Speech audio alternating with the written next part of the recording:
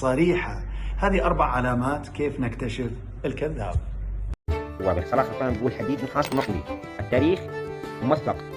أول شخص قارة آسيا، قارة أفريقيا، أمريكا اللاتينية إلى أول شخص تكلم مطلي حديد ونحاس كما قلنا يا إخوان مذكور بالقرآن الكريم. حديد نحاس، حديد نحاس مطلي